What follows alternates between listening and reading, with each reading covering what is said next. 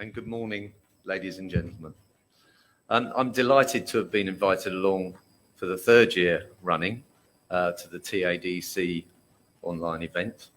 And I've really enjoyed the role of judging the finals of the TADC over the past 2 years. The standard of competition has been incredibly high, often leading me to have a fierce debate within myself as to which team is best. I'm never sure, actually, which side of that internal debate really wins, because in my opinion, and my humble opinion, everyone taking part is a winner. In truth, I was surprised to be invited as a judge initially, not least because I've never really seen myself as a skilled debater. However, when I was invited to speak to you this year as a part of this event, I realised that actually I've been associated with debates throughout my career. Very often, such debates have generated new ideas that changed my working environment for the better, and in some cases, they led to far more significant improvements as well. There's never been a more important time in my lifetime to encourage open, honest, and constructive debate in the world. You might ask why, so let me try and explain. When it comes to debate, one phrase stands out for me, even if as an Englishman, I get a little upset that it was expressed by a Frenchman. And the phrase, of course, is, I disapprove of what you say, but I will defend to the death your right to say it. And that, of course, was attributed to the French philosopher Voltaire. Whether or not Voltaire actually said those words or something similar is neither here nor there, but I strongly believe in that particular value. For me, it is the basis of all genuinely valuable and constructive debate, leading to new ideas that improve the world we live in. I was born some years after the Second World War, but I did grow up around many people who had experienced it. While the causes were many, the war arguably came about because of intolerant people who believed that only their ideology was right and their determination to impose that ideology on everyone else. No debate, no compromise, no new ideas. The world suffered terribly, but thank goodness those people did not win.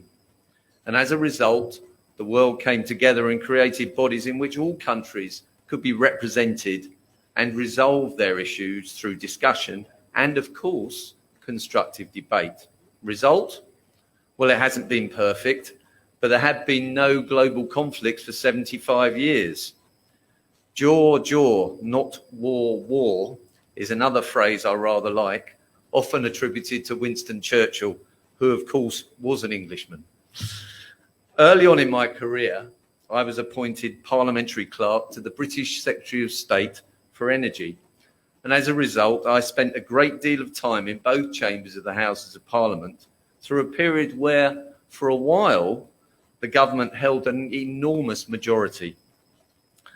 It was my job to ensure that the department's proposed legislation was successfully passed into law and that government ministers were able to defend their energy-related policies during question time and debates in Parliament.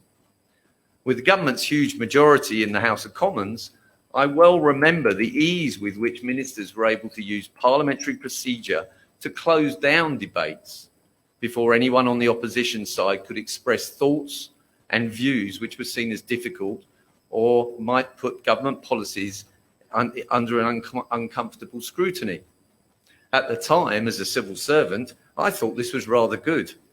Far less work for me in preparing briefing and defensive lines, or even, Lord forbid, a suggested compromise or a change in policy. Where my work really started was in the House of Lords, where political divisions were far less stark, where many sensible and highly experienced people were able to suggest and fully debate constructive additions or alternatives to existing policy. Oh dear, my workload increased tenfold. But what was often the result? Well, apart from me developing my ability to manage irate ministers, new ideas, better law, and a better practical outcome for the country as a whole. I'm not taking sides in the political debate over the House of Lords in Britain, but that is what happens when you have open and constructive debate. It leads to the generation of new ideas. Earlier in my life, I was fortunate enough to go to the same grammar school as Sir Tim Berners-Lee, who is often honoured as the person who invented the World Wide Web. The initial idea was that the web would enable universities to exchange ideas and debate the course and value of particular pieces of research. The thinking was that this ability to broaden and share knowledge and to have a constructive debate between a more diverse group of academics would benefit the development of new research and teaching ideas. We all felt that the internet was an exciting idea. And to some extent, the original aims have been achieved, but I've been sad to note that Sir Tim himself has commented that the internet is being misused by those who, for their own purposes, wish to stifle constructive debate using threats, misleading statements and slurs. This is discouraging a wide variety of people from expressing genuinely held and constructive views, and we all know where this sort of approach has led us in the past. So it's good to note that a number of governments are addressing this issue, but there's still a way to go. So having the freedom and the confidence to debate openly and constructively is, in my view, vital if the world is to move forward in a positive manner. I say this with experience of the positive benefits. I recall considering the opportunity to come and work in Malaysia as the UK's Director for Trade and Investment back in 2010. One of the reasons I decided to compete for the role was that I was excited by the new economic transformation programme. All of those ideas and strategies would lead to so many opportunities to improve this country. It was only later that I discovered that many of these ideas had been generated through labs set up to debate the particular subject area with no restrictions on what ideas came through. I have rarely seen a better example of the benefits of constructive discussion and debate leading to the delivery of so many new ideas intended to benefit a country and its people. More widely, at an earlier stage in my career, I arrived in a job designed to attract new investment into the UK from the Asia-Pacific region. At the time, the UK attracted around 50 investment projects a year from the region. I was given the unenviable target of doubling this number within 2 years. And while I had a few ideas, I had no way of knowing whether or not they would be effective or how to implement them. As ever in government, I was also not given much of a budget to deliver either. Clearly, I needed help, but not just advice from individuals, but open, constructive debate among the team that I ran in London and Asia. And I took the decision to spend most of the small budget I'd got to bring us together to debate options for delivering this apparently impossible target. Ladies and gentlemen, the best thing I did in that process was to ask an open question: how do we do this? And then to ensure that the ensuing debate was as constructive and targeted as possible, allowing all the participants to express their views. We did not always agree. On occasions, strong passions were expressed, but we, not me, came up with a plan that everyone could accept and which I could then present to my organisation with confidence, knowledge, and the power of the fact that each and every strand of it had been thoroughly debated before being put forward. It was accepted. And ladies and gentlemen, in 2 years, we actually tripled the number of projects coming from the Asia-Pacific region. And by the time I left that role 11 years later, more than 400 projects were coming from the region each year. That is the power of debate. I can think of many other examples where debate is the fountain of new ideas, such as the role I share with others as a director on the boards of companies in Malaysia. Another is an example my wife shared with me from her MBA experience at Imperial College in London.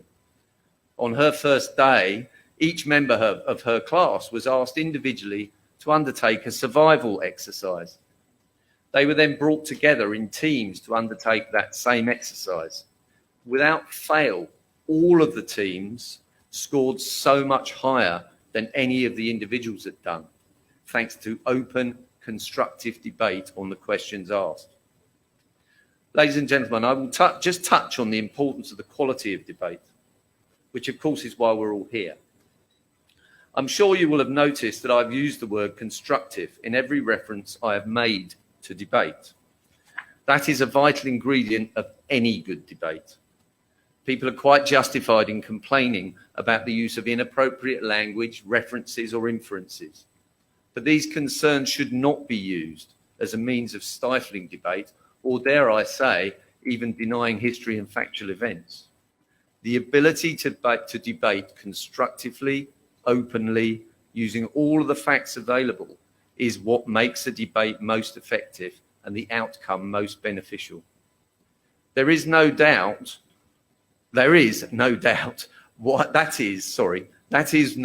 why contributions in parliamentary chambers are directed through the Speaker, and why in the British House of Commons at least the two front benches are carefully set 2 sword lengths apart to prevent accidents in the event that passions boil over.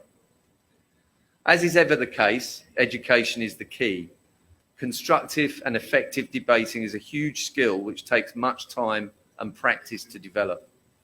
In my own extended family, I'm delighted to see a number of its younger members taking part in debating clubs, and in one case being elected as president of their debating society. Here in Malaysia, the TADC is making a huge contribution to encouraging and developing the debating skills of young people. These young people are the future. They have the new ideas, the new way of thinking, and a new world to build. And I am confident that educating them to express themselves, to listen, to consider, and to debate constructively will ensure that they can all achieve their potential, deliver these new ideas, and lead us all into their new and better world. Thank you very much.